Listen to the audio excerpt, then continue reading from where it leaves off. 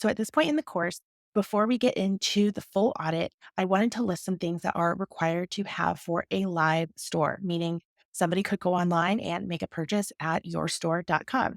Aside from having your products actually in the store and having those products and having those product listings, this is a list of 10 things to have in place before you begin. Let's talk about domain name registration. When you register for a Shopify store, your domain at first is yourstore.myshopify.com.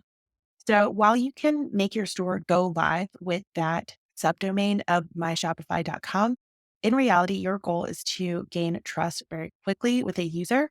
And another goal is to make it easy for customers to get to your website.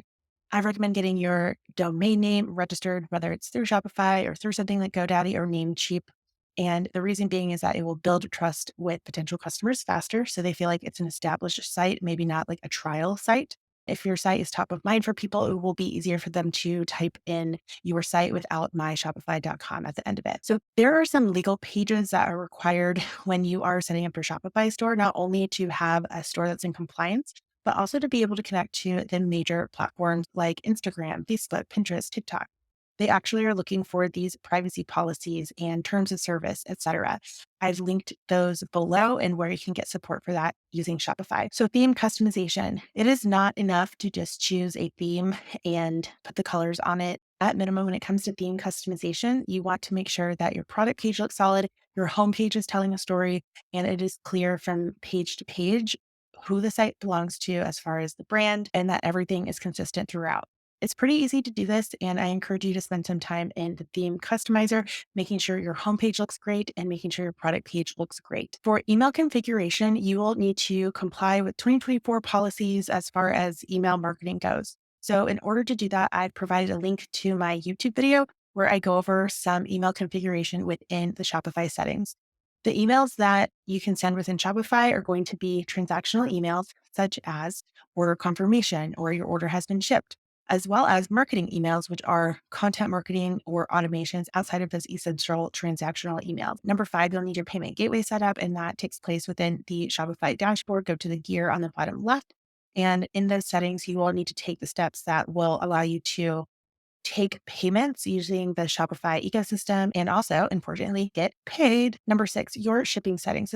This can also take place in the settings of Shopify. With your shipping, you're going to want to designate where you're shipping to, what size boxes you are using to ship, and the weights of your products and any other custom shipping settings. I will link to the shipping settings information, and I encourage you to make sure you're not losing money on shipping your product. You will also need your tax settings configured within those Shopify settings. Again, I will link the current tax settings details within Shopify. If you are somebody who needs support with what to do with your tax settings, go ahead and make a post within this community, and I'm happy to connect you to who I would suggest you seek tax advice from. Number 8, I highly recommend having a product collection in place so that you can set up within your navigation a listing of all of your products in one place. I will go ahead and link below how to utilize product collections very easily within Shopify.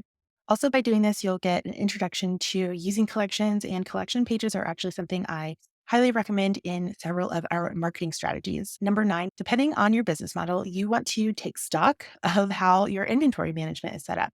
So to do this, you want to go into your products and make sure you've chosen whether you're going to continue selling products when they are out of stock or whether you are going to only sell a certain amount of products and what exactly your strategy is there.